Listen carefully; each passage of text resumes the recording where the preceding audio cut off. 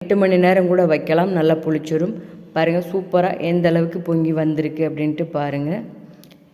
இதை வந்து ரேஷனில் அரிசியில் தான் நம்ம செஞ்சோன்னு சொல்லி யாருமே நம்ப மாட்டாங்க. நம்ம வந்து இட்லி அரிசி 1/2 கிலோ தான் சேர்த்துருக்கோம். 1/2 கிலோ நம்ம சேர்த்தாலும் நம்மளோட இட்லி வந்து நல்ல கலரை வெள்ளை வெளேர்னு இருக்கும். சாப்பிட்றதுக்கு சூப்பராக இருக்கும். ரேஷன் அரிசியோடது தெரியாது நமக்கு வந்து. ட்ரை பண்ணி பாருங்கள் ஃப்ரெண்ட்ஸ் நீங்களும். இப்போ இங்கிட்டு வந்து இட்லி பானையில் தண்ணி ஊற்றி வச்சுக்கலாம். இட்லி பாத்திரத்தில் வந்து துணியை விரித்து போட்டுட்டு நம்ம வந்து இட்லி ஊற்றி பார்க்கலாம்.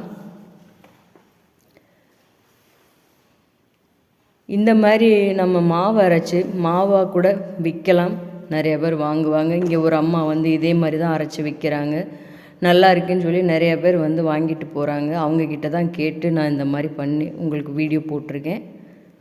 நீங்களும் இதே போல் மாவு அரைச்சி இட்லி, தோசை,